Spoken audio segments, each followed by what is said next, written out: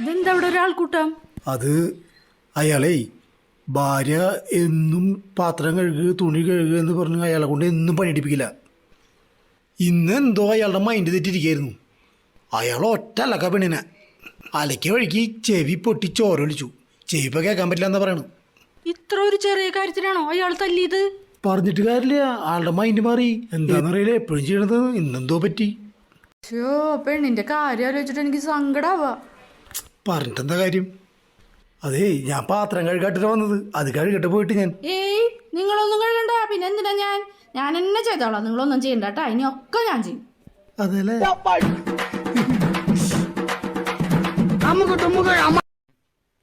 നിങ്ങളെ കല്യാണം കഴിച്ചോടുകൂടിയേ എന്റെ ജീവിതം നശിച്ചു. എനിക്ക് പിന്നെ ഭയങ്കര സുഖാണല്ലോ. എത്ര ദൂരത്തു നിന്നൊക്കെ എന്നെ പെണ്ണാണ് ആൾക്കാർ വന്നിട്ടുള്ള. കെട്ടിയതാ നിങ്ങളെ.